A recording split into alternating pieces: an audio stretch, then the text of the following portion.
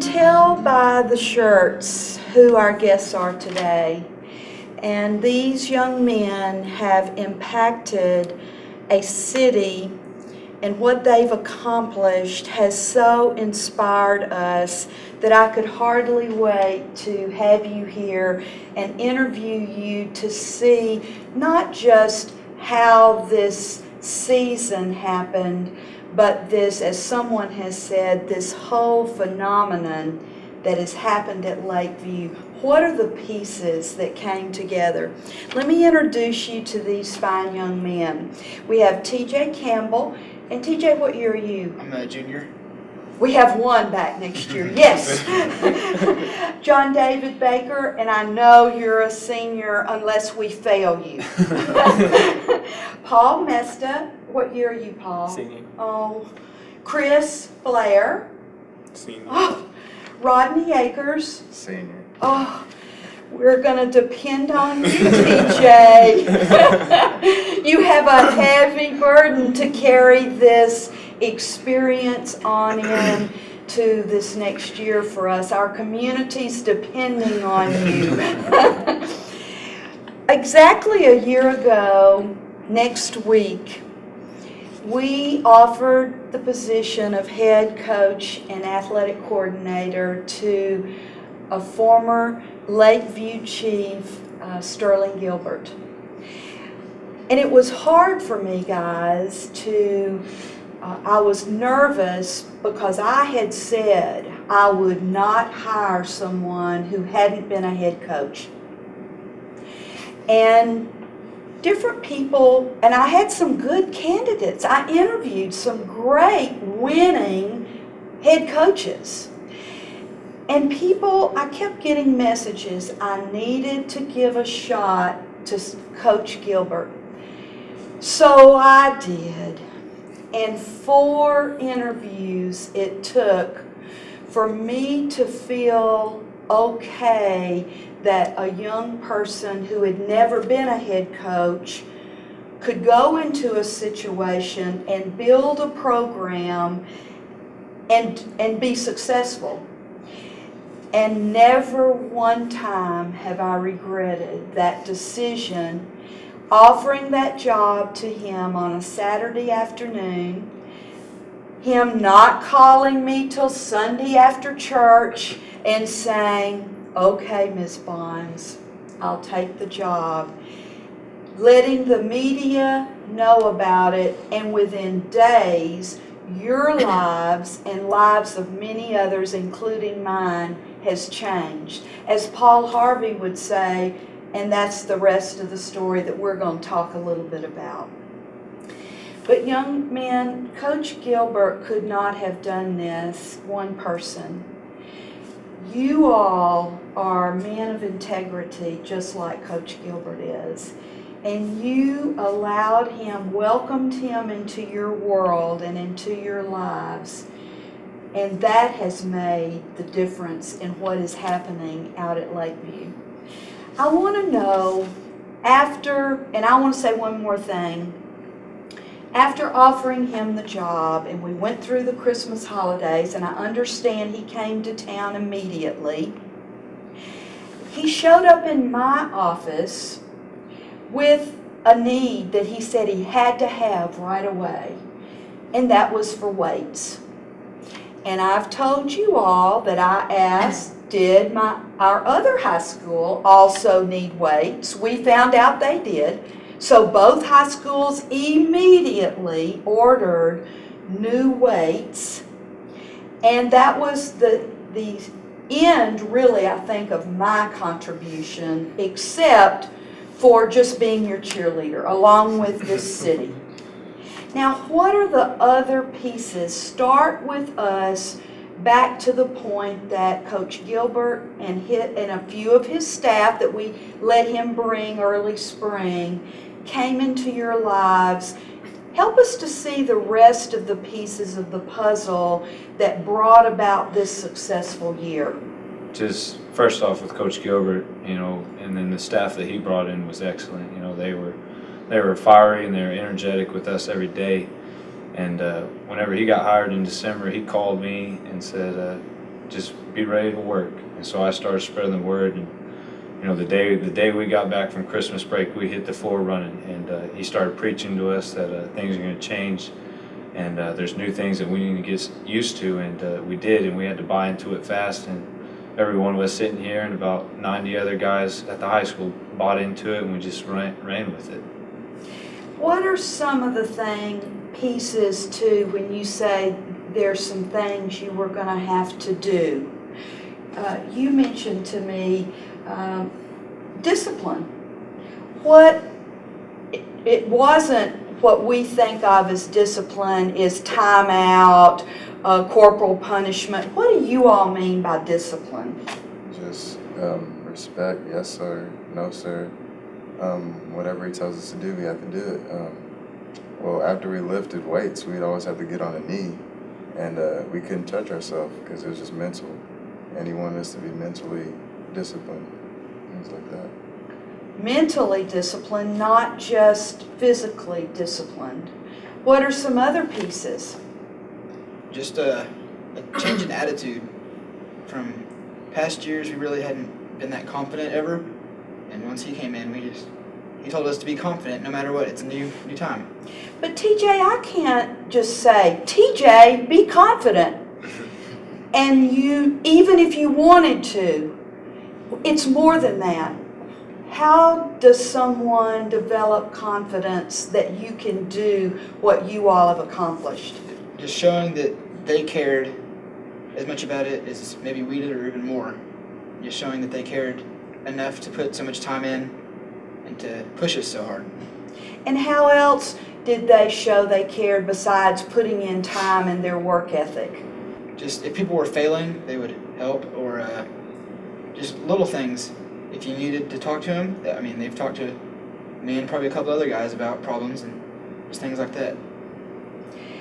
You talked about discipline. John David, you said that you all were going to have to get to work. What does get to work besides just showing up to practice? As soon as he got there, he preached to us about doing things right, and he didn't mean just doing things right on the football field or in the weight room. He said we need to start doing things right in life, and this starts in the classroom. It starts when we're out in the community. We have to represent ourselves and represent our schools, more importantly. And he told us that respect is the key, and that it would lead to bigger and better things for us. So we've got respect. And they showed it back to you, didn't they? Yes. Were there mountain highs and lows even before the season back in spring training where even you all who wanted so much for this to be the real deal that you went home and thought, I can't do this? And it was crazy. Like at first, I wasn't used to it because we never worked this hard. But I was confident that this would be what we needed to be successful. So I bought into it, and all of us did, and just worked hard. Kept going. During the last playoff game, which was on a beautiful day, huge crowd. This city came to watch you all play game after game, record ticket sales, and stood up. And you all got in a pit. The other team scored a good bit, those who don't know the story.